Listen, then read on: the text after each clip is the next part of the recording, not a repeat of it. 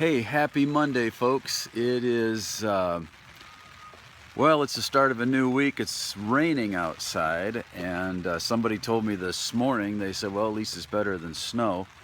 I'm not sure about that. I kind of like snow, but anyways, just wanted to give you an update on some things that are going on. We had our church meeting last night, and that was fantastic. We were talking about the need for making more room in the sanctuary because God has been blessing us with growth, and so far as we've narrowed down some of our options, we came to the understanding that probably the best way to go right now is going to be to switch out to pews for chairs. The sanctuary will hold about 313 chairs, which will give us a significant increase.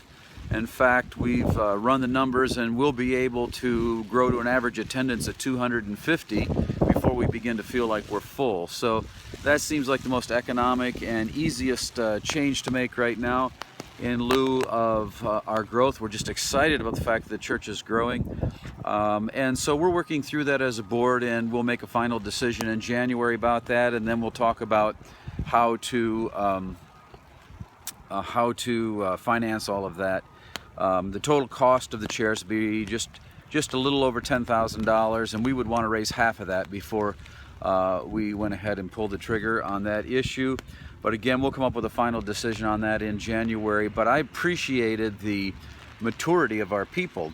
I mean, you're just such a great congregation because, there are some folks that are emotionally attached to the pews, and I get that. There are folks who have been sitting in those pews for decades, and it feels right. And so to make that kind of a change is tough for some folks to do. But overall, the attitude of the folks basically was either, I'm ready for change, and then there were others who were saying, I'm not really comfortable with change, but it's not about me, it's about bigger things. And so they're willing to make the change if it's necessary, and and that's just such a mature, wonderful attitude, and I appreciate that about our people. And we talked about this last night, that switching from pews to chairs or any other kind of logistical adjustment that we might make because we're getting too full, those things in themselves are not a growth strategy. The church is not going to grow because we put in chairs, but they do remove hindrances that can keep us from growing.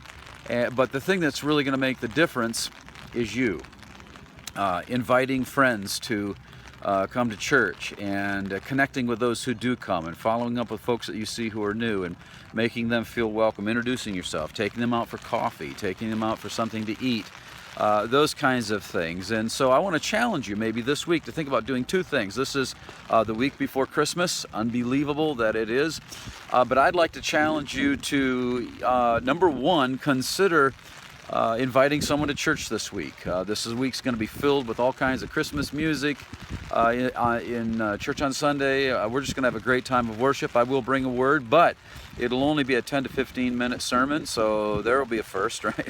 So invite someone to come on out to worship, and then consider doing a random act of kindness this week.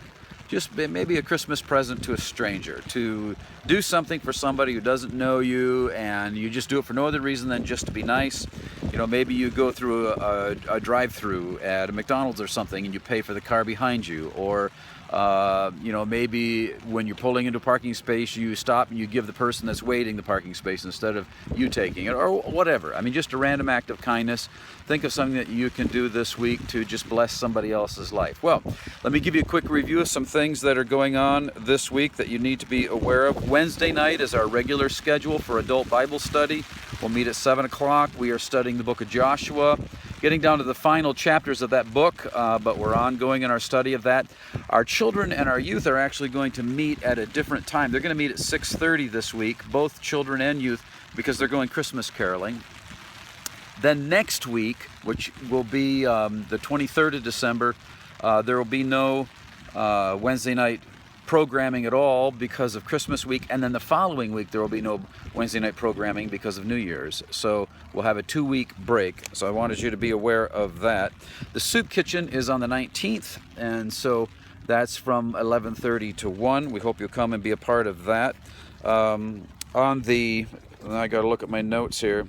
On the 20th, we're having a Christmas party for the church at large, a Christmas fun night, food, desserts, entertainment, lots of laughs. We hope you'll come out and be a part of that. And then our Christmas Eve service is going to be at 6 o'clock. It'll run about 45 minutes, 60 at the most, but we're going to try to keep it brief, recognizing that folks have Christmas traditions with their families, and we would love our Christmas Eve service to be part of your tradition. It'll be a candlelight service, so it'll be beautiful and meaningful, a great way to keep the focus on Christ during the Christmas season. So we hope you'll join us for that on Christmas Eve. I hope you have a great week. We'll see you this Wednesday night and again this Lord's Day. God bless you.